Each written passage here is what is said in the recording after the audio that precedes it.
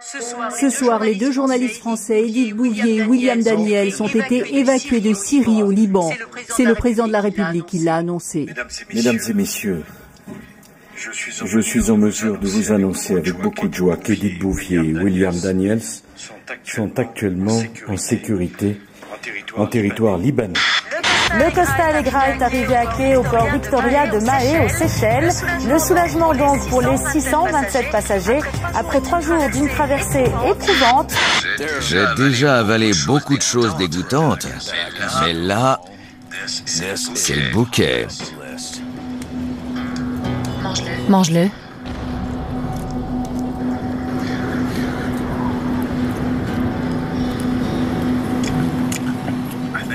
Je crois que ce serait pas mal de les cuire encore un peu. Tout ça nous amène en tout cas au salon de l'agriculture où nos petits problèmes d'hier ont été résolus. On peut maintenant y tourner librement les reportages que nous souhaitons, c'est bien. Ok. Est-ce qu'il y a... Ah, ça va trop loin, je te dis. Ok. Mais toi comment il a fait? Ah, c'est le coton, c'est le coton. Ces éleveurs des Hautes-Pyrénées étaient sur le point de partir lorsqu'ils ont entendu leurs collègues corses chanter. Pour eux, après la fermeture des portes, ce sont les chœurs qui s'ouvrent. À peine sorti de voiture, le ton est donné. Huées, sifflements, faux bulletins de vote en guise de confetti, le bain de foule de campagne prévu par le président candidat tourne à la manifestation anti-Sarkozy. De l'entourage du candidat Nicolas Sarkozy, on est assez étonné. Effectivement, on se rend compte que c'est une visite qui tourne un peu vinaigre pour l'instant, puisque le président, en tout cas le candidat, ne s'est pas arrêté là où il le souhaitait. Il a dû être entouré de tous les policiers en civil qui étaient autour de lui pour le protéger. Il a suivi des G2 et de pierre. Bonsoir, gendarmerie nationale. Je vais vous demander, s'il vous plaît, de me présenter les papiers du véhicule. Pour canaliser la foule, les CRS sont envoyés en renfort. Nicolas Sarkozy s'est réfugié dans un bar pour une rencontre initialement prévue avec des habitants. L'entretien d'une moustache vaut bien une déduction fiscale. C'est le slogan de l'Institut américain de la moustache. Il réclame une loi instituant une réduction d'impôt de 250 € par an pour les frais d'entretien. Comprenez cire, teinture ou autre brosse spécialisée. Je n'ai pas, en 5 ans, cédé une fois à la pression de la rue. C'est certainement pas pour commencer ici, devant des indépendantistes basques.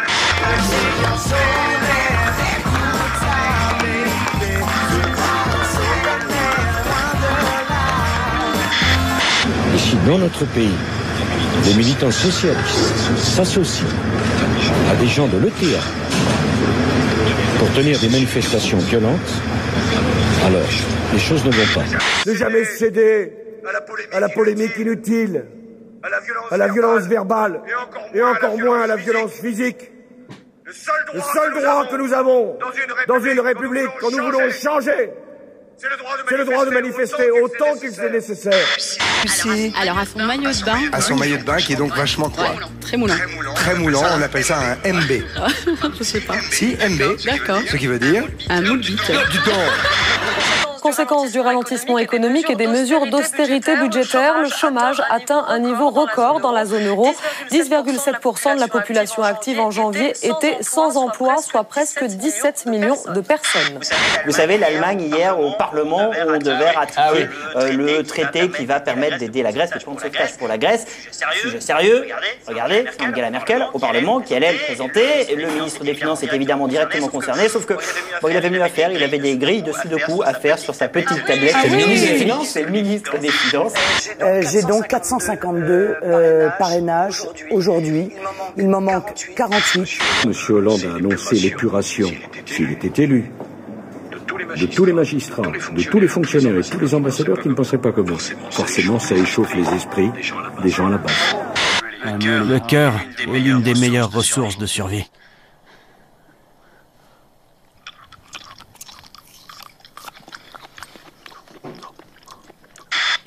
Top, dans quelle ville des Bouches-du-Rhône la patrouille de France est-elle basée? À Paris. Salon de Provence. Le nombre de gens qui devaient t'emmerder pour vous serrer la main, quand même. Ouais. L'autre jour, il y avait des... Bah, c'est pareil, j'étais à la remise des trophées de l'accessibilité, il y avait des sous en langage des signes, je pouvais pas non plus.